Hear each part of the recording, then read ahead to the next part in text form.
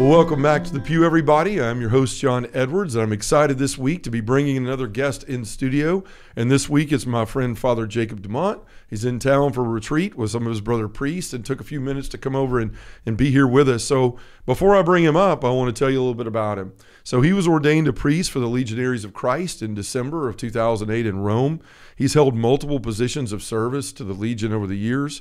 He currently is assigned as the local superior for the Legionaries of Christ community in Cincinnati, and also serves as the director of faith development for the Archdiocese of Cincinnati. And he's also very involved in the school system there with some new positions they've given him there as well. So without further ado, we got a treat today. I want to bring up my good friend, Father Jacob DuMont. Father Jacob, thanks for being here. Yeah, thank you for the invitation, John. Great to see you again. Yeah. And to be here in Memphis as we celebrate this Memorial Day weekend as well. So it's been a great retreat that we've had some of our community superiors of the Legionaries from across the U.S. We get together and have some meetings, some fraternal life. It's been awesome just to kind of reconnect, share some best practices, and get in a little update from our provincial who's based in Atlanta. Mm-hmm. And we head out on Sunday, kind of back to our cities where we're all coming from. So I'll be heading back to Cincinnati to be with our community there. Yeah. Well, you bring up a good thing. You were talking about rest and some time away. How needed is that for a priest, honestly? Because I don't think we talk about that much. Or you guys are usually, parish priests and guys in communities, there's a lot of things that are asked of you guys. And I know there's a lot of priests that don't always, let's say, spend the time they should on themselves. Something very special about the Legionaries of Christ and some of the religious orders is that, yes, we're priests. We do help out often in parishes, especially on the weekends. Mm-hmm. The Legionaries, we do run a few parishes across the U.S., but that's not what we would say is our charism. Sure. That's generally for the parish priest, the diocesan priest, that will help really take care of a lot of the day-to-day sacraments, a lot of the preparation for those sacraments. You have baptism, you have the confirmation preparation, marriage preparation, and then of course you have the funerals, anointings of the sick, things like that. So the parish priests are very involved day to day at the parish. Mm-hmm. When you have religious orders, each one has a specific charism, really a call from the Holy Spirit to live out a mission within the church, but that's pretty specified in one area or maybe a couple of different areas. If you take, for instance, the Jesuits or the Franciscans, the Dominicans have been around for centuries. Most of them today, you could say, are very involved with education, teaching. Mm-hmm. Some of them do run parishes. The Jesuits, very involved as well in education. They have a treasure, which is called the Spiritual Exercises, developed by St. Ignatius, their founder. But they have a lot to do with university formation, high school, so a lot in the kind of Catholic education. Mm-hmm. For the Legionaries, we're a newer religious order within the church. We were founded in 1941 in Mexico. Okay. And since it was founded in Mexico, basically all of our initial spirituality was written in Spanish. So the Legionaries, when I started here in Connecticut with my formation, it was in English, but we started studying Spanish, and eventually it was something very beautiful, because then even reading our constitutions, which is kind of the smaller book of the basic things of our spirituality, it was all in Spanish. So to go to the original text, you find that greater connection. Sure. And eventually, when we go off to Rome, we'll study our philosophy and theology over there to communicate with other legionaries coming from about 25 to 30 different countries from around the world, Europe, Asia. We have some legionary seminarians from China, from from Korea. We actually have a community there in Seoul, South Korea. We have, a community in Manila in the Philippines. And then you have, South America, which mostly is Spanish-speaking. You have Mexico, Central America is mostly Spanish-speaking. So we have our classes there in Italian, and so we had to learn Italian too. Oh, yeah. And then Spanish is kind of the language we'd speak after class. So as a missionary order, the Legionaries really focus on trying to bring Christ and the person of Christ, you would say, into society, the gospel message, especially working with families and our lay members, which are called Regnum Christi. Regnum Christi is Latin, which means the kingdom of Christ. And they are about, I think, about 25,000 to 30,000 worldwide. Here in the States, we have about 3,000 to 4,000 members. Wow. And it's awesome because we work hand in hand with them. So very closely, you would say very similar to as Christ worked with his apostles. Those first 12, we work a lot, very closely with the Regnum Christi in that sense of ongoing formation for them, retreats, spiritual direction. Sure. Where they have some of their own kind of set aside things too. They have something called an encounter with Christ, where they'll get together maybe once a week or every couple of weeks, a team of men or a team of women, or sometimes even as couples, to speak about how God is working in their lives, try to listen to where he's leading them, kind of taking them the next step. So yeah, it's a little bit about kind of us and what we do, our charism. Well, it's awesome. I tell you, I'm a big fan of your order, and every one of the priests that I've met of your brother priest have just been solid, masculine, manly, well-formed priests. And in the community too, Regnum Christi, I mean, I have several friends. Ryan, our mutual friend, is involved in that. And I use the Regnum Christi app daily for reflections, and all those are written by your brother priest. And it's just, I found it really amazing. And even my wife, she uses the Laudate app. Okay. Yeah. And so one day she's like, you got to read this reflection. And it doesn't, you have to go down all the way to the bottom of this thing to see who wrote what. But she handed it to me. I was like, that's familiar. And I looked, and it was the same one that was on the Regnum Christi Act. So they're using those. Yeah, they're kind of drawing from. Yeah, from those too. So she was experiencing the gifts of your order without even knowing it at the time. But I told her, I was like, yeah, all those priests that you've heard me talk about, Father Jacob and some of the other ones, Father John Bartunik and some of those guys, that's who's have written those things, or their order has. So yeah, I love being around your order, and I just, like I said, I mean, we were talking before, just even in experiences with confession, when I've been over in the Atlanta area, where you guys have a very large parish, parish and population over there at St. Brendan the Navigator, and coming, and that area over there. I was there one day having confession, and I was phoning it in. I walked in. Ryan's like, I'm going to confession. You want to go? And please, no one ever follow in these footsteps of the way I treated confession that day. But I went in and said, yeah, I guess I'll go. I got some things I've probably done wrong, which was a vast understatement, most likely. But I went up, and it was during COVID. It was outside, and there was, two priests sitting under tents. It was freezing, and they were out there with lines, through the parking lot. It was crazy. And so I get up there, and I sort of phone it in, and the priest was just like, nope. No, we're not doing that. Like, we're not doing that. Never met me, could see right through me and go, this guy is not taking this seriously. And I started to say something. He's like, oh, I know you're Ron's friend, and you got the apostolate, and you're all this, but that doesn't mean you're phoning in confession. And, maybe some people would have been mortified, but I was really like, thank you for calling me out on that. I haven't always experienced that, and some of the other confessionals I'm into and different places has just been sort of like, yeah, come in and do it, and next, and not to harp on anybody or knock anybody, but I really felt like this guy means business, and he's not playing around, and he's challenging me to take my spirituality seriously, like my faith seriously, and so I always appreciated that. So every time I've ever been around you guys, it's just been a joy and a pleasure, and I leave more. I think growing in my faith more than I have a lot of times when I'm just not around you guys. So thank you for the gift of your order and your yes and all those things. And I know one of the things you mentioned, the charisms of the order, and some of the things before, spiritual direction is one of them. That's one of the reasons I wanted to have you on today, was to talk. I wanted to introduce you to folks, and because you're an amazing priest and an amazing friend, but I also wanted to talk about spiritual direction, and we're going to get into some of that. But first, I really want to talk. Every time I have a priest on, I always want to ask, like, how did the Lord call you? Like, how did you know you wanted to be a priest? And was that always like, I was, some people say I wanted to be a lawyer all my life, and I'm a lawyer. Was it that way for you with the priesthood, or did you have to have some help?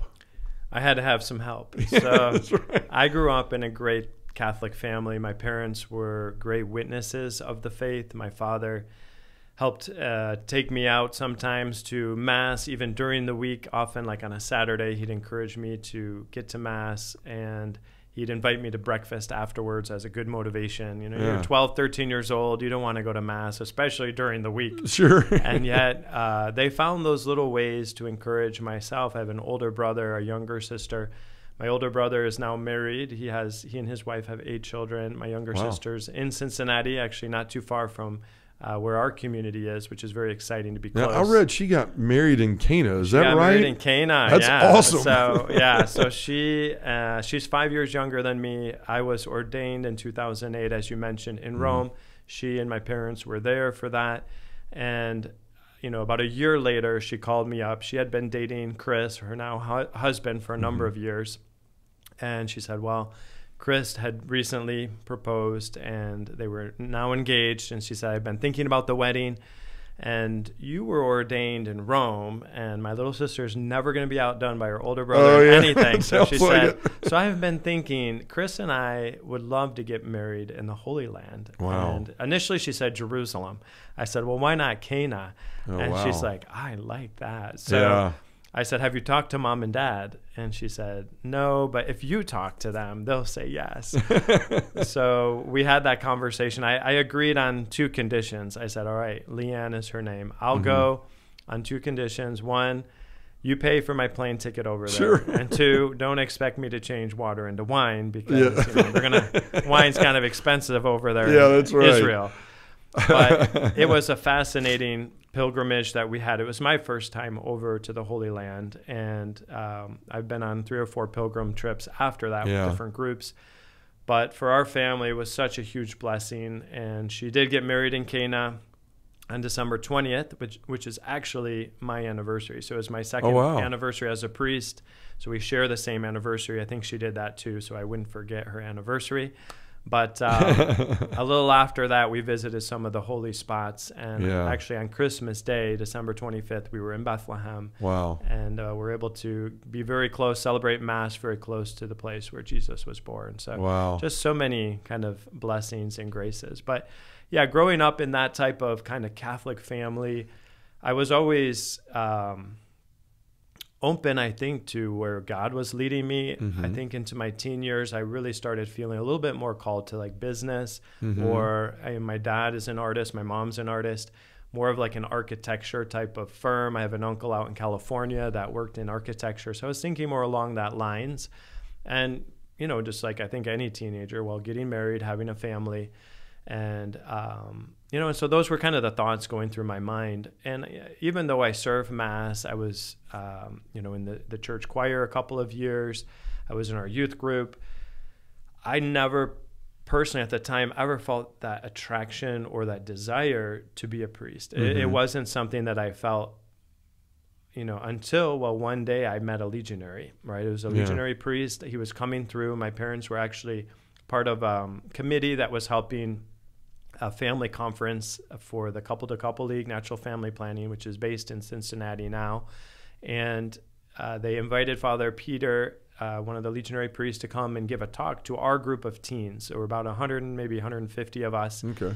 And he spoke all about vocation. So what it means to have a vocation to marriage and the sacrament of marriage and what that means, what it means to be called to religious life or the priesthood, and then to lay consecrated life. And it was the first time that it ever hit me as, well, God has a plan for our lives.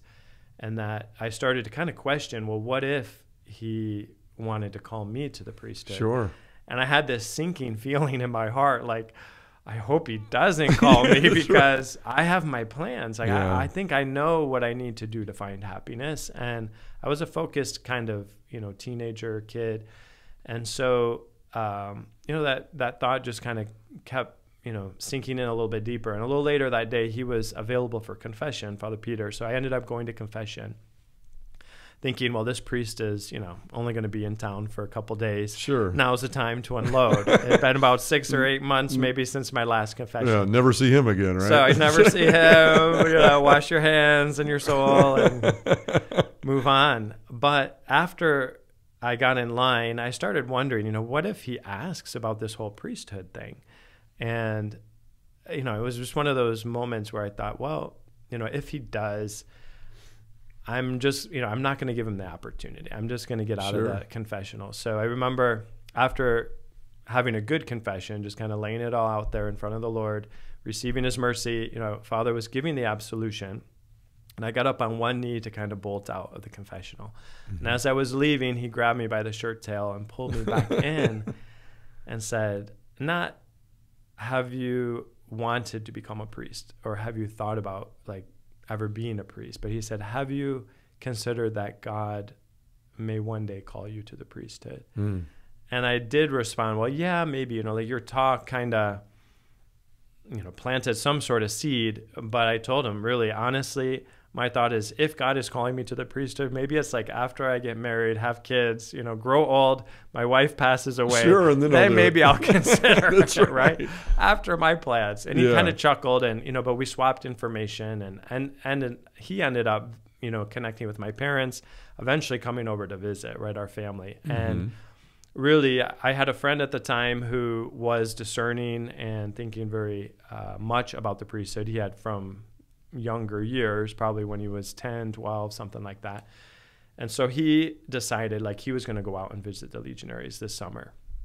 And he kind of put a little guilt trip on me, like, hey, I don't want to go alone. Yeah, be my wingman. Yeah, will you come with me? And I felt a little bit bad for him, but then also this strange kind of desire to at least check it out and see, like, what is it? And I've always had like a curiosity in my life. Still have it, right, where you want to learn new things. And so I did have that desire to at least go out and see, and kind of felt too, like, I'll feel guilty if I don't. And, maybe like leaving an opportunity that I maybe could have followed. And so I went out and kind of felt like go and see and almost check that box though, and then come back. But what really hit me was while we were there, the first couple of days were tough, getting up early. Yeah. We played a lot of soccer there. I played sports in school, but not soccer. I played basketball, did some cross country and track. So like humanly speaking, it wasn't like I enjoyed the visit, but I found this incredible peace that I had never experienced before within those first 3 or 4 days. And I would say it came down to that prayer life, that I was finally, I think, connecting with the Lord on a way that I had never connected with him before. And it started to kind of scare me, to tell you the truth. I remember going and making a visit to the Blessed Sacrament. Some of the other seminarians were there kind of in adoration and pouring out my heart to the Lord and saying, I don't know why I'm here, and I hope you're not calling me to the priesthood. But I have this, feeling inside that maybe this is what you want from me. And I just stopped at that moment and kind of listened. Mm-hmm. And I heard, and this was probably one of those first moments in my life where I heard the voice of the Lord. And it wasn't anything audible, but in the depths of my soul, just saying, are you willing to follow me? Right? Are you ready to experience the great plans that I have for you and to fulfill you and to bring you happiness, but it's gonna challenge you. Are you ready for that? And I said, well, give me some time. I said, give me at least one more week, okay? So I told him, like in my prayer, I told the Lord, well, I'll make a deal with you. I'll stay here for 2 more weeks. But in these 2 weeks, you really have to show me if this is what you want from me. Give me a sign, Lord. Give me a sign. And let me tell you, over those next 2 weeks, so many signs that the Lord was calling me, right? And yes, finding some sort of joy that I, again, had never experienced before, where I started realizing God had definitely given me gifts. Mm-hmm. And up until that point, I think I was using them more in a selfish way and kind of trying to achieve what I thought would bring me happiness in the eyes of the world, and sometimes even achieving a lot of those goals. And then I started realizing, the Lord does have greater plans. And I started also seeing, I think he's given me a heart that is greater in a sense of what I even imagined. And a heart for his church, right? A heart for so many people to be. And I came to realize, I think over the next years of formation in like the major seminary, the heart of a priest, right? The heart for a spiritual father, someone who's going to be watching over, hundreds, if not thousands of souls that God would entrust into my care. And of course, that's a great responsibility, right? Sure. And that was one of the first initial things that really scared me was, I'm not worthy for this, Sure, right? I can imagine, yeah. I know who I am. I know, and not that I had done anything, too crazy. Yeah. But I was like that mischievous type of kid, right? Sure. That, did those funny things and then would try to get out of it, know how to cover his tracks or whatever. And so actually when I went home and I talked to my parents, they had always prayed that one of us in the family would be called to follow God in a very special that's interesting. way. I was going to ask you about that. And so I think they always had their eyes on my older brother because he was more of the quiet, kind of pious style type, where I was the mischievous one. So when I brought this up, they were like, "Are you sure?" That's right. And not only are you sure, they said, "Are you sure they'll let you into the seminary?" That reminds me of the call of David. Are you sure that's the one? Like, what about these dudes? But that's funny. It's awesome where you realize too that the priesthood and preparation for the priesthood, as you saw, right? God calls at all different times. For me too, that was the exact time I needed Him to call me because, you're in your, getting there to college years, and He saved me, I know, from getting into a lot of trouble. But also I had some good life experiences up until that point. I had a couple of girlfriends. I had a job, a couple of jobs. I had a paper out. They don't have newspapers today, but used to deliver newspapers. I worked as a caddy at a golf course and learned just some of these life lessons that, helped to form to, I think, some of the more kind of character things, virtues and things that you would even need going into seminary. Sure. And so, I think once I joined the seminary, step by step, you start to recognize not so much the signs, but just, through spiritual direction, speaking with my spiritual director, our superior, about, our day-to-day, my prayer life, my, studies, my relationship with the other seminarians, how that was going, our kind of missionary work. I taught CCD at one of the local parishes, how all that was going and how, I was looking towards the future. And so, God takes us to step by step. And for me, I would say after those first 2 years of what's called novitiate, which is a lot about the spiritual life, about prayer, that I did feel probably maybe 80 to 90%, like I think this is the path that God has for me. And I took that first big step, you could say, which is making temporary vows. So you take the vows of poverty, chastity, and obedience according to the congregation. And it's for 3 years, right? So kind of a 3-year commitment saying, all right, these next 3 years, I'm really going to take my vocation a little more seriously now.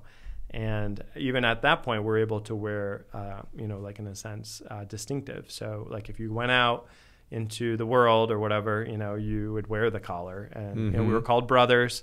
So it was really neat, kind of big step. And a little after that was when I went off to Rome to study my philosophy. Yeah, and so you had something pretty cool happen in Rome, too. You were telling me about yesterday. You got to meet somebody a lot of people would have loved to have met. I know. So, that was an amazing experience. That first year in Rome was tough. I would say that was one of my first moments where I did start to question a little bit whether or not this was what God wanted from me. I always felt that if God was calling me to the priesthood, it was to this missionary type of lifestyle.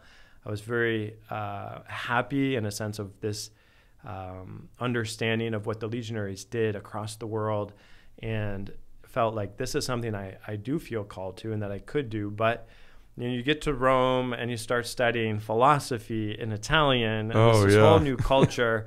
And then after classes, we're speaking in Spanish, and I was kind of starting to mix things up. And those first 2 or 3 months were rough. And, I think by Christmas time or a little after Christmas, I started, pulling that together and being able to communicate better with a lot of the seminarians, the other seminarians, and the people outside that, we'd meet. And I did some ministry as well with some of the youth and families there in Italy.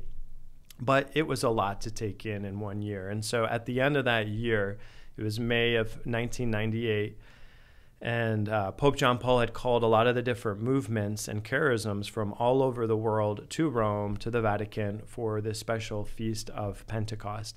So there were members from Opus Dei, from Focolare, from Regnum Christi that were there. And I had the privilege to be asked to serve that Mass. I think there were about 800,000 that wow. were there in St. Peter's Square that day for Pentecost. And, myself and one of the other seminarians were asked to go into the private sacristy of the Pope John Paul, to wash his hands before the Mass. And it's in St. Peter's, to the right where you see the Pietà. It was a little to the right of the Pietà. We went in this door, and the Pope was just kneeling down in prayer. And you could just see that he was preparing for the Mass and engulfed in prayer, right, in a true dialogue with the Lord. And so we didn't even want to distract him. But the master of ceremonies, the priest that was directing the liturgy, kind of shoved us over to the Pope. So the other seminarian had the bowl and the water. He was kind of shaking a little bit. They poured the water over Pope John Paul's hands because he was just kneeling in prayer, but he had his hands out like this. And I had been planning, the day before, like, if I do have the chance to meet the Pope, what am I going to say? So I've been preparing my whole speech. And I knew, like, this is the moment. Like, if I don't take advantage of this moment, then I probably won't be able to speak to him ever again, right? Or after Mass or whatever. There's just not going to be time. There's too many people here. So this is my chance. So I was supposed to hand him the towel, but he wasn't taking the towel, like just handing it out like this. And so I was like, this is the moment. So I wrapped the towel around his hands, and I just held on to his hands, like, for 5 to 10 seconds. Wow. Until he looked up, like, what the heck's going on over here? This isn't normal. Yeah. And so that he kind of smiled, and I knew that this is my time to say what I wanted to say. And I said in Italian, Santo Padre, stiamo pregando per te. Holy Father, we're praying for you. And I was going to continue my spiel, but the Holy Father, with that twinkle in his eye that he always had, he put up his finger like this, and he said, no, the Holy Father, Pope John Paul II, is praying for you, that you be a holy priest. And for me, that was like one of those big confirmation moments. Sure. Of, here we knew this man was going to be a future saint, and now he is. Sure. The top of my list of saints, he's one of the, not only one of the top 10, he's the top one, right? Yeah. It's like, this man is such an awesome and holy man, and to know that he's praying for me to be a holy priest, right? And I just took that as such a great confirmation. And it really helped me to take those next steps, right, in formation, to kind of push through some of those tougher, ups and downs of, questioning and doubting, and little by little, like, starting to realize, yes, this is what God is calling me to. And not only that, but that he's providing the strength, he's providing the graces that I need to be this holy priest that he's calling me to be. Yeah. Well, thank you for taking the time to share that. I mean, I always love hearing that. I'm sure people that listening do too. I mean, everybody always wants to know a priest story. How did you become a priest? But man, not everybody gets to say, I got to hold the hands of Pope John Paul II and St. John Paul II now, and be prayed over by, be prayed for by him. That was so special. Yeah. And actually, we still have a connection. The rector of our university was very close to one of his personal secretaries, now Cardinal Stanislaus, who's over in Poland. At the time, he was a personal secretary of Pope John Paul, and our rector was close to him. And at one point, Monsignor Stanislaus had given Father Alvaro, the rector of our university, 2 or 3 of the skull caps, the little white zucchettos of Pope John Paul II that he used to wear. So when my parents visited Rome, one of the times I was studying there, they gave Father Alvaro in the seminary a few of the paintings that my dad had done. Like I mentioned, he's an artist. He does some really good watercolors. And he left those for the seminary. And so Father Alvaro the next day gave me a little box, and he said, well, I want to thank your parents for the gift to the seminary. Please give them this on my behalf. And it was one of the little white zucchettos of Pope John Paul II, one that he had worn. And my parents initially kept it at home. My dad made like this little glass box to keep it in. Sure. And but then we heard like about this miracle and some of the different miracles that were happening connected to Pope John Paul. And so they started to send this zucchetto around to people who were asking for prayers and wanting to pray to Pope John Paul for his intercession. So for the last, I would say almost 15 to 20 years, that Zuccato has been traveling. It's traveling today, right? And has brought a lot of families healing and peace. And actually even one person I know out in St. Louis, a cure from cancer. So, oh my gosh. Yeah, it's just awesome to see, like, he's still at work and praying for us and doing so much good for the church. Yeah. And thank goodness he encouraged you to, through praying for you to stay moving forward. I know that, I have a lot of friends in seminary. I know guys that have been in and have discerned out, and I know it's a difficult thing. There's a lot that the questions of, like you mentioned, I had girlfriends, I had this, I had other plans. So, excuse me, obviously there's a challenge in trying to, God, is this still what you want? God, is this still what you want? Yeah. So you mentioned a couple of times spiritual direction, and you mentioned you had a director as you were going through seminary. So I know a lot of people, whenever I'm talking about spiritual direction, I mentioned on the show, I always get some emails like, what is that? Like, what are you talking about? And so we understand, relationships with friends or with spouses, of confidants and speaking. But when you're spiritual direction, it's, people say, just someone gives you advice. And I think that's a very, very low bar technical explanation of it. But, basically, I feel like now in my life, I wouldn't be where I am if it wasn't for someone being a spiritual director in my life. And now today, that's you. Thank you for saying yes to all the craziness you have to endure in that. But just for the regular people out here, the lay people, the folks that are listening to this that are trying to grow in their spiritual life, what is a spiritual director? Why do you need to have one? Why should you have one? What's the purpose of it? And what can they really help you accomplish? So spiritual direction has been one of the practices in the church for centuries. It goes back even to those first couple of centuries, where I would say probably one of the first more official times was with St. Anthony of the Desert. So he was around the 3rd century. He went out on his own, felt this call to, his parents had both died, and he left his sister actually with a group of nuns, and he felt this call. He had gone to church one day and heard, kind of like a Pope Francis of Assisi story, where God said, kind of, leave everything and you come and follow me. So he went out into the desert and became a hermit, just a life dedicated to prayer. If you haven't read, I think it's St. Ambrose wrote kind of like the life, his life, and it's just like, the devil attacked him and all this, and he's like, yeah, bring it on, like, I'll take it like a man. And, that's right. And just an awesome witness of prayer and sacrifice, and a man who was definitely connected with the Lord. And people started hearing about his story, about, where he was living, and starting to seek him out, so much so that I think it was about 40 to 50 men that ended up, going to him almost as a guide or a director for spiritual life. And they themselves started to live as these like hermits. And eventually, I think they ended up forming kind of more of a community. But back then, that was already kind of a beginning of going to someone who is kind of a little more experienced in the spiritual realm, who could give that type of advice, right? And I would often relate a spiritual director as someone in this, like a trainer or a coach in the spiritual life, right? If you're playing a sport or you're training for some sort of race, a triathlon, well, it's so helpful to have a coach, especially if it's like your first one. Oh, sure. It's like, where do I start? What type of shoes do I want to run with? What type of stretching should I be doing? What kind of diet do I need? What type of diet? What type of food should I be eating? Like, over these months of training, but then also like, hey, the night before the race, what should I be doing? How much should I sleep? Those are things that a trainer or a coach or someone who's been through it, probably if not 10, to 20 times, maybe even more, they're experienced, right? And so a spiritual director is often someone who has that experience in the spiritual realm. When I was in seminary, I had a spiritual director, especially for those first few years. It was about every 2 weeks or so that I would be going with my spiritual director, because, that's an important time of discernment in your life, of where is God leading me? Is he calling me to the priesthood? And, you mentioned, hey, there's guys that will leave, and it's not because, they did something wrong, or they came to discover this isn't what God is calling me to, right? I'm not finding peace here. I'm not finding happiness and fulfillment. Like, God has another plan. But God did want them there probably for that year or those couple of years to maybe even form them for their future, right? Sure. To be a future father and, husband and, maybe a great witness in his workplace.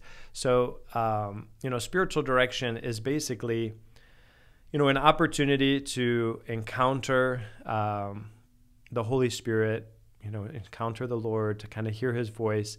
And it's in that mutual relationship, right, of ultimately trust. And that's kind of the neat thing of the spiritual director is that, well, you're getting to know him or her better. He or she is getting to know you as an individual better.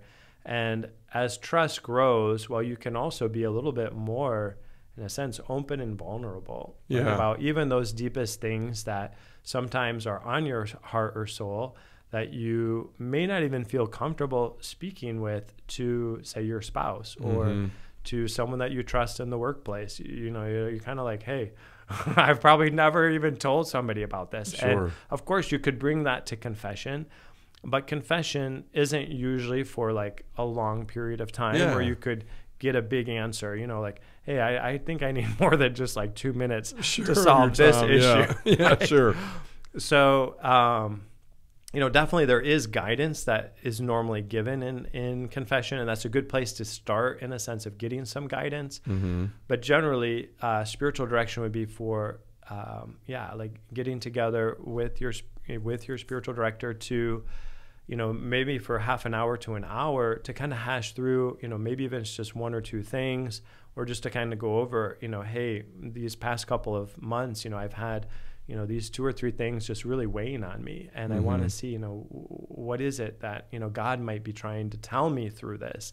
And so to have someone that kind of knows you, knows a little bit more about your circumstances, and he or she listening to the Holy Spirit, listening to you, trying to see, okay, well, I think this is probably what God is asking, to give you some guidance, to give you some direction, and point you in that direction where you're going to, over the next couple of months, test those things out and then come back together and see, okay, well, how has it been, right? Yeah. And then kind of readjust, right? Just like a coach would. Like, he's not going to say, all right, you just got to do this for the next year, Sure. right? He's going to kind of reconnect with you maybe a couple weeks later, all right, where are you at? And then give you some new kind of guidance. Yeah. So it might help a little bit. With I think it's a great explanation because I know people, they just are like, well, what is it? What do you need it for? Why do you?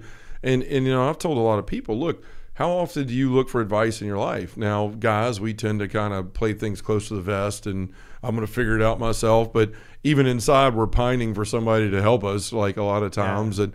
But we're afraid to because we're men and we're not supposed to need help and all that garbage and all that stuff. But even then, a lot of times we'll ask for advice from just random people in our life, and I think there's some consideration into the fact, like, is the person I'm asking centered in the faith? Do they have similar beliefs to what I have? Because that's obviously going to affect the advice that you receive from somebody. And what is their perspective? What is their relationship with the Lord? And a lot of times we're so willing to just, because we get in crisis modes of whatever and stressed, and that we're willing to just like, oh, there's a guy on the street. What do you think about this, right? Because we just want to tell somebody. But there's a healthy way to do that, and the church has provided that through men that have been trained to do it. Now, not every priest is a spiritual director. Not every deacon can do it. Not every layperson is equipped to do it. But finding someone who can help you through those things, that you know where they're coming from. And like you said, they know you. I mean, you and I have been friends now for a few years. And so I know that I can come to you and, I may tell you some things that may be disappointing to both of us, but it's not like you're ashamed to be my friend anymore. It's like, John's struggling in this, and you hear me out, you listen to what I have to say, and then you give advice that is good and sound advice, not worried about, was John going to be upset with me or angry with me, or is he not going to like this? John's coming to me for wisdom, and my job is to do the best of my ability through the Lord and the Holy Spirit and the training I've received to be able to lead John in a direction that I think is the right direction for him, or at least suggest and as they say, direct in that way. And that's what I've loved about it is, you come in there and you find somebody, and it's got to be the right person. I want you to speak about that too, because it's just, it can almost be like like dating at first, right? You got to find a match. You got to find the right one. And some people might ask, what's that first step? Like, how do I find a spiritual director? And I mean, definitely you could go to your diocese, make a call to usually, the chancery office or pastoral center and say, hey, do you have a list of some people? And, and one of the things, if they do have that list, especially if they're priests, is maybe go to one of those priests' masses and see if you kind of connect with the priest, right? In that sense of, hey, how he's speaking, the reflection he gives for the homily, does it resonate with you? And maybe if not, well, maybe check one of the other priests out, and if it does, maybe after Mass or something, you could just say, hey, Father, I really enjoyed your Mass today, and I did have a question or two. Would you have time to connect for a coffee, or and could I make an appointment to come and see you here at the rectory for maybe half an hour, 45 minutes? And if he says sure, that might be a good sign that, okay, he's probably got a little time, right? Sure. If he says like, no, I'm really strapped for time. I mean, if he can't make that half hour, 45 minutes, he's probably not the right. He's probably not the right fit, right? So you kind of test the waters initially, and then, when you do have that encounter, that initial encounter, say, Father has that meeting and gives you some good advice, you really seem to connect. Maybe at the end you say, Father, that advice you really gave me helped. And, I've been thinking about finding a spiritual director. Would you be open to that? Or could you guide me to someone who could help me? I remember meeting up with Jason. I don't know if you know Jason Angelat. So he's the one that we did some of the podcasts with, Climbing the Sycamore. And down in Louisiana, when I was working down there, I worked with quite a bit of marriage prep and married couples, young married couples. So I was kind of doing this group with about 7 or 8 of these young dads, and he was the one that kind of introduced me to the Exodus 90, and he said, I really felt like he felt called to do it. And then that's kind of how he snagged me into it, right? He's like, we're looking for a priest. And, initially I thought it was just to attend their meetings. And then it became, to do all the other sacrifices. Yeah, now you're taking cold showers and no alcohol. I'm like, this guy, he leads the marriage retreats for the whole, Archdiocese of New Orleans. Well-formed man, young, dynamic, 5 young kids. And had, a decent prayer life. And I asked him, I said, hey, do you have a spiritual director? And to my surprise, he was like, no. And then he kind of looked at me with a smile. And he said, would you be open to doing that, right? You asked the question. You asked the question. But I was just blown away. That's like, here's a well-formed man in his faith. And like, these are some of the ones that like you would even just presume have it, right? And so I think, spiritual direction is one of those, you would say, almost treasures in the church that probably hasn't been tapped into enough, right? And part of it is, you don't really know, like, where do I go to start? Or who do I ask? And so, it does take a little bit of initiative and a little bit of searching. But when you find that right fit, as you mentioned, it's such a great gift, right? And of course, spiritual directors, do have to do some training. I did for about first 5 years as a young priest, some training that basically all of our legionaries go through as young priests. And of course, we had received spiritual direction for years as seminarians, but then when you're on the other side, it's a little different, right? Sure, yeah. But you'll learn some of the basics of, prayer life, the life of virtue, even some of the psychology, and understand a little bit more of us, how we're made up as body and soul, and, how our mind and psychology works. So simple things like that can help a deeper understanding of the human person and the struggles that we all have as humans.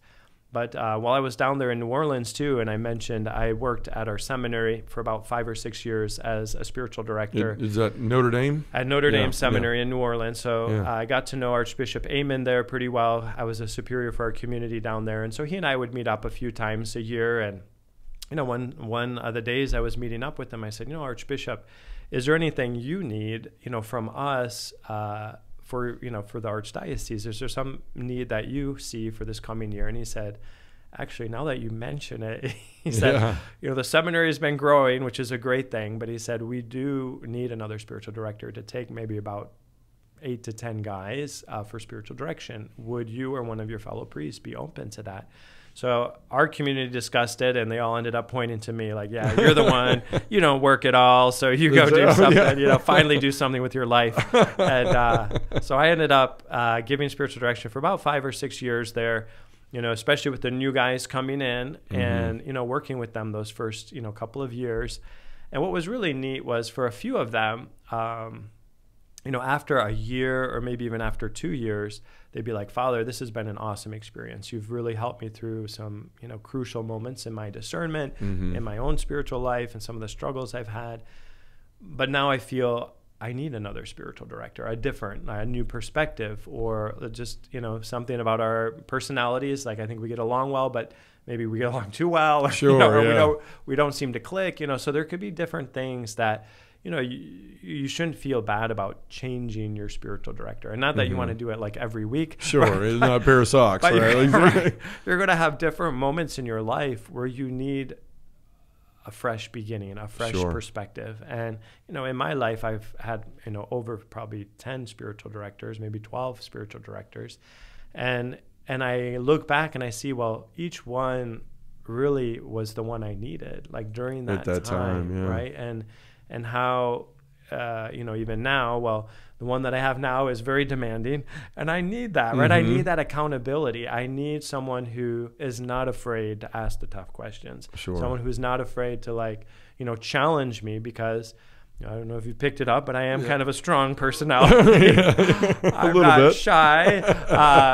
In a good way. Yeah. So he's not afraid to press the buttons and say, all right, well, let's, up your game. Like, are you slacking off here a little bit, in your own spiritual life?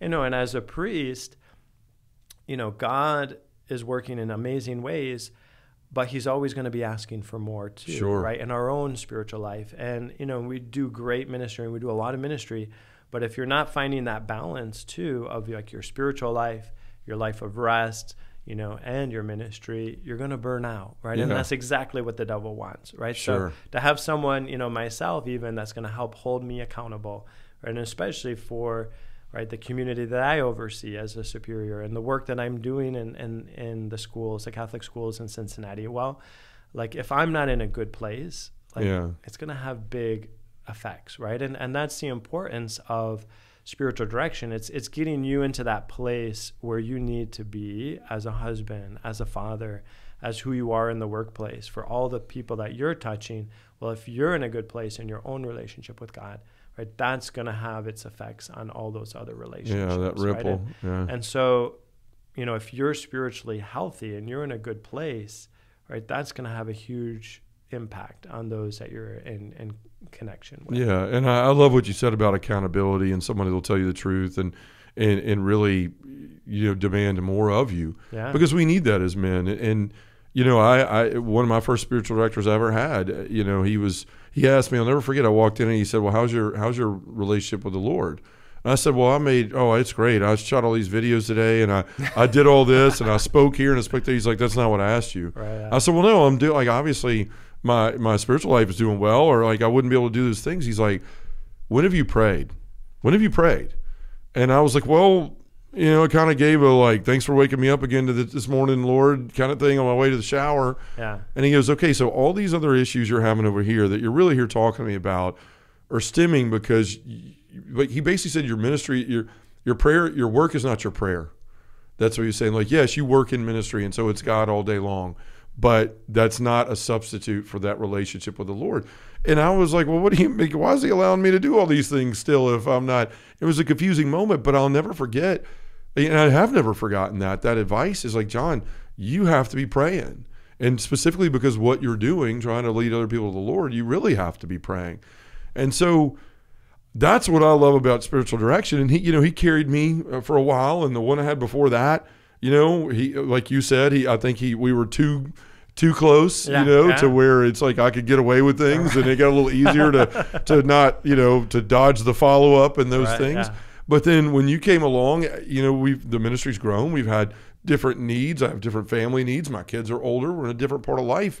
And you've been able, because of your business acumen and your you're just all the things that the God's given you as a priest have been a wonderful director for me, because I can come to you and know he's had experience in these things, in ministry, in business, in life. He's been a part of a family. He understands all the dynamics of that, and he can speak to me where I am. But I think one mistake that we make a lot of times as men is on both ends of the spectrum. Like, excuse me,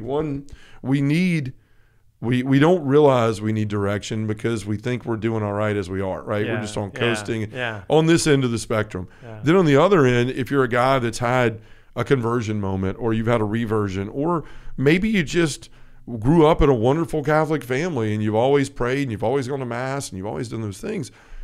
But no matter what end of it you're on, there's a human aspect to us that eventually thinks like we've made it. Like I'm on cruise control and I'm here. Yeah. And especially if you're a formed guy, like I'm doing pretty well. My family prays. I've got all this under control. We're very faithful. But it's always that call that, as you said, with the priesthood, it's the same not the same, and it's a different way, but a way for the laity to still be called higher. Well, God calls all of us to be saints. Sure. Right? We just found out Carlos Acutis, who's going to be named probably in the Jubilee year, praise God, 2025, a saint in the church. And here's a young boy who has set the world on fire with his witness. And that's what it is. It's witness. We're all called to give that witness, and more than our words, it's our deeds, it's how we live, it's who we are, it's our identity. And the Lord calls each one of us to be saints, right? And I know I'm not there yet, right? Like, I still have a lot of work to do. And that's all of us. Like, we all have work to do. And even the saints themselves, right? St. Catherine of Siena, St. John of the Cross, St. Ignatius of Loyola, who founded the Jesuits. They all had their humanity. They all had their weaknesses. But what was it? They got onto a path that the Lord was directing them towards, and they stuck on that path, right? I mean, of course, they fell off, or kind of went to the outer boundaries at times. Even Saint Teresa of Avila speaks about this reversion after her initial conversion, of kind of getting lukewarm and tepid in her prayer, in her own relationship with the Lord, and then the Lord kind of calling her out and having to kind of push to get to that next level that the Lord was calling her to. And that's for all of us, right? The Lord is constantly calling us to a higher level, and we can't do that on our own, right? Of course, we need him, we need his grace, but we also need those people who can help us to see things that we don't see, right? Those blind spots that we all have. And so that's where the spiritual director is such a crucial component of our own spiritual growth, right? Because we can read great books on spirituality. We can read scripture. We can go to the sacraments every day, and that's great, right? Sure. But you're going to get to the point where you're like, I don't know if this is really helping me to grow. Like, I'm doing all these things that are all good things, but I'm seeming to kind of plateau, or I'm seeming to kind of be backtracking, and I feel frustrated, or I feel, right? And that's often when I have had people come to me asking for spiritual direction, is like, look, I know I'm in a good place, but I'm struggling, to kind of take that next step. Yeah. No, I love everything you're saying. It makes me think of Paul, and how many people that he was walking with, Titus, Timothy, Mark, so many other ones, but Barnabas, and it was a give and take relationship. Like you and I have talked about before, like it's even a learning experience for the spiritual director, right? Every time as you're going through these things, you're learning from somebody and how to help somebody differently in another situation. You learn and grow from each other, and that's the way Paul was. I mean, he writes these letters, and they're very like, oh, how I long to be with you, my son, and even referring to him like that. But he also acknowledges in other places what he's learning from him too.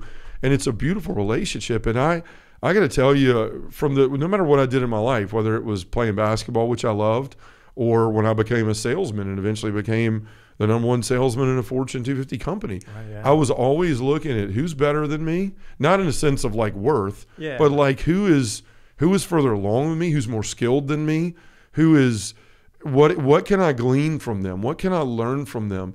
And oddly enough, sometimes we don't do that in our spiritual life. We just kind of go, no, like, you plug and play, you go to church, you try to get your kids to pray, you try to do those things. But no, it's more important in our spiritual life than any other facet of our life to be looking to those people that are further beyond us, not in a spirit of inferiority or inadequacy, which a lot of men have wounds of and struggle with. Yeah. But, okay, there's a gift of someone in my life that the Lord has put here that is further along than me that can help bring me along. And I think, like, that's what so many men are missing. And women, too, are missing, of just getting to this place where we kind of just start just phoning it in. But we need, and we really need help. Today more than ever, we need holy men who are going to step up and change the world, right? Yeah. And I would say that it is men who will make a huge difference if they step up, right? And that means stepping up our game. Sure. And that is on each one of us, in that sense that nobody's going to do it for us. Right. We have to take those steps. We have to challenge ourselves. We have to challenge each other. And that's kind of the neat thing of, well, what you're doing with your ministry in that sense of bringing men together, because, iron sharpens iron. And the more you can bring these strong relationships in that sense of men who are not afraid to challenge each other, right? And to know, too, that they're not alone, right? Sure. But that they're going to be supported, because it's not easy to take those steps, right? But when we have others, too, that we can look to for good examples, right? And that's where, like, I learn from even my directees. I mean, there's times where, they impress me. It's like, wow, they're going to do this in their spiritual life. It's like, can I do that? Yeah, I remember you challenged me to read He Leadeth Me when I was struggling with, am I really following God's will? And then you, at the end of the call, you're like, you know what? I'm going to go back and read that. It's been a while since I've read it. Yeah. And so I see what you're saying there. Yeah, it's an awesome book. If men out there haven't read it, He Leadeth Me will put you in your place. Yeah. You start really understanding whether you're really letting God lead your life, or if you're still, you're under the guise of, okay, God, you can have the wheel for the first 3 miles. Right. I'll take the next 30 and whatever else. But, well, you've talked about the need for the spiritual director, in our life. I think it's important, and I wanted your opinion on this, and then we can sort of wrap up here. But just about, you don't have to be at some certain place in your spiritual life to have a director, right? Like, I don't have to be some guy that can quote Chesterton off of the top of my head and can, knows the Summa by heart and all those things. Oh, you don't? No, I don't. No, please, I hope there's not a test. You'll find out quickly. Maybe a little bit of C.S. Lewis, but it'll be from The Lion, the Witch, and the Wardrobe. Right. But anyway, I mean, I think that's important, because there may be some guys listening here that are just like, I'm nowhere near that. Like, I don't, some priest is going to see right through me, or somebody's going to go, man, you're nowhere near this. I would say, no, there's not like a certain level that you have to be on, like a spiritual level or, mystical level. You're starting to levitate in your prayer now. And now you could ask for a spiritual director. But I would say, do start now to commit to some basic daily prayer kind of commitments, right? So, like you mentioned, when you went to your spiritual director, I think initially just saying, well, I'm kind of praying, So you do have to start taking your faith and your spiritual life a little more seriously. So I would encourage you, even maybe before starting, if you haven't gone to speak to a spiritual director yet, take about a week or a couple of weeks to, maybe dedicate 10 to 15 minutes a day to have some quiet time of prayer. Sure. Maybe read a spiritual book, or read, some scripture, just so that, right, you actually, when you do get together with somebody and you ask a little bit about the spiritual life, well, you've done a little bit of that experience, right? And they will take you a little bit more seriously if you say, at least for the last couple of weeks, I've tried to have a little bit more of a prayer life, a little bit more of regularity, because once you do start with a spiritual director, there is an expectation there to some degree, right? That you're going to put in the work, right? Yeah. Meaning, all right, you're not just going to be like, oh, now I have my spiritual director. Sure. So. This isn't a therapy session. So I'm good, but it's actually, no. I mean, that's what spiritual direction is for. It's when you get together, every 6 weeks or something, or every couple months, that you're touching base, and he's at least seeing, there's been a little bit of effort here. And not that he expects you to go from here to here in a year, right? But from here to here, yes. And that you are willing to make the time for your spiritual life, Yeah. right? And start to give a stronger effort in trying to grow closer to the Lord, Yeah. and to know His will a little more fully in your life. Sure. Well, Father Jacob, I thank you, first of all, for being my spiritual director. Yeah. Thank you for taking on that behemoth of a task. But Let me tell you guys, it's not easy. yeah. Excuse me, you could probably write a tell-all book before it's all over with. But yeah, thank you for just your yes to me in that, and to all the other people you're walking with, and for your example of that, of your priesthood, and then as a spiritual director too. So before we go here, though, I want you to talk to the men out there, especially about the Legionaries of Christ, and where they can find out more about the community of Regnum Christi. Just anything you want to share here at the end about what you do in your community, and where they can find out more. Yeah, definitely. We have two websites, legionariesofchrist.org and regnumchristi.com, and they're kind of linked pretty much because we are kind of one spiritual family. Some great resources on there to get to know a little bit more about our spirituality. We have some great vocational testimonies, both from some of our legionary seminarians, some of our young priests, some of our lay people, and how Regnum Christi has impacted their marriages, their business life. Right? It's truly a gift, I think, to the church. We're called to evangelize in that sense, and one of our big focuses is on the family and strengthening family, especially in today's world. It's just, so hard to even just raise your kids in the world today, right? Yeah. And so we're here to support you in that, right? And so, definitely check out those websites. And hey, if you know somebody that may be discerning, like a priestly vocation, we actually have also consecrated women of Regnum Christi, is kind of like our female branch. Someone that might be discerning a consecrated vocation, welcome to kind of look into some of their testimonies. It's legionariesofchrist.org and regnumchristi.com. All right. Well, we'll put those in the show notes down there in the bottom on everything on YouTube and on the podcast, so it's easy for y'all to go down there and click. And like I said, I'm a huge fan of what these men do and of their priesthood and their vocation. So if you're looking to become a priest, if it's even on your mind, please check them out, or religious, consecrated, any of those things. But Father Jacob, thank you so much. It's just always an honor to be with you and to have a friend in here, So thank you for coming. Thanks for taking the time away on your retreat to be here with us, and for blessing all these men and women. You're welcome. Great to be here. We'll have to do it again sometime. Yeah. You guys coming twice a year. We may have to make this a regular thing. Hey. So next time I'll get to take you out to dinner. Yeah, that sounds good. All right. Thank you, Father Jacob. God bless. God bless.